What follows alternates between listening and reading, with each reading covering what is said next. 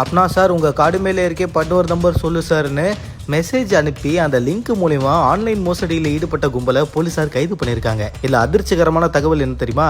22,735 sim card மட்டுமே இவங்க கிட்ட இருந்திருக்கு.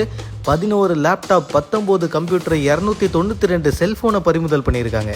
இரும்பு திரைப்படத்தில் வர அர்ஜுன் மாதிரி இவங்க எக்கச்சக்கமான நெட்வொர்க்கை வச்சு பெருசாக வேலை பார்த்துருக்காங்க. யார் இவங்கன்றதை கொஞ்சம் விரிவாக பார்ப்போம்.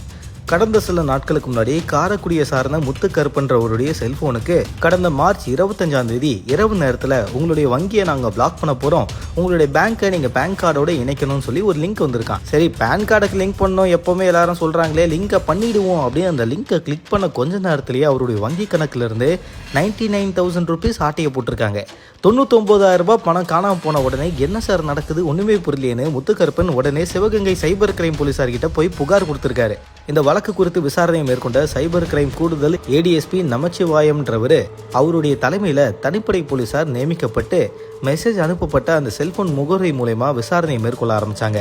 கோவை பீலமேட்ல சிக்னல் காட்டின உடனே போலீசார் சம்பவ இடத்துக்கு போயிட்டாங்க. அங்க போய் பார்த்தா சிக்கா மார்க்கெட்டிங்ன்ற பேர்ல நிறுவனத்தை ஒன்று ரன் பண்ணி செல்போன்ல பொய்யான பேர்ல மெசேஜ் அனுப்பி வங்கி கணக்குல இருந்து பண பரிவர்த்தனையை இப்படிதான் ஆட்டைய போட்டுட்டு இருக்காங்க. ஒரு கும்பலை பிடிச்சிருக்காங்க. அங்க பாத்தீங்கன்னா சரவணன் அவருடைய மனைவி பாரதின்னு 50-44 வயசான அவங்கள போலீசார் பிடிச்சி விசாரணை மேற்கொண்டாங்க. அந்த இடத்துல வேலை செஞ்ச 5 பெண்கள் ஆகியோர் மொத்தமாக 7 பேரை கைது பண்ணியிருக்காங்க.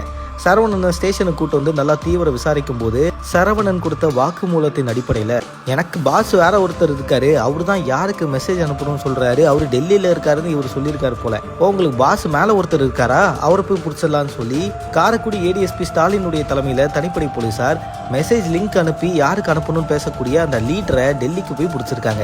சையதோ ரகீப் குர்ஷித் அப்படின்னு அழைக்கப்படுற 23 வயசான அந்த நபரை டெல்லிக்கு போயிட்டு கைது பண்ணியிருக்காங்க.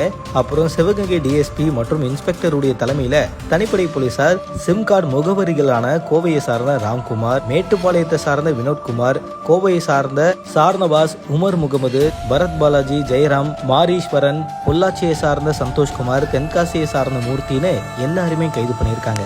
இவங்க கிட்ட இருந்து கிட்டத்தட்ட 22,735 சிம் கார்டுகள், 11 laptop, 19 computer, 292 cellphone, ATM card, passbook, cheque புக்குன்னு எல்லாத்தையுமே பறிமுதல் பண்ணியிருக்காங்க. யார் சாமி நீங்க இவ்வளோ பெரிய நெட்வொர்க்கை வச்சு ரன் பண்ணிட்டு இருக்கீங்கன்னு போலீஸாருக்கே செம ஷாக்கு. இவங்க கிட்ட தீவிரமான விசாரணையை மேற்கொண்டுட்டு இருக்காங்க.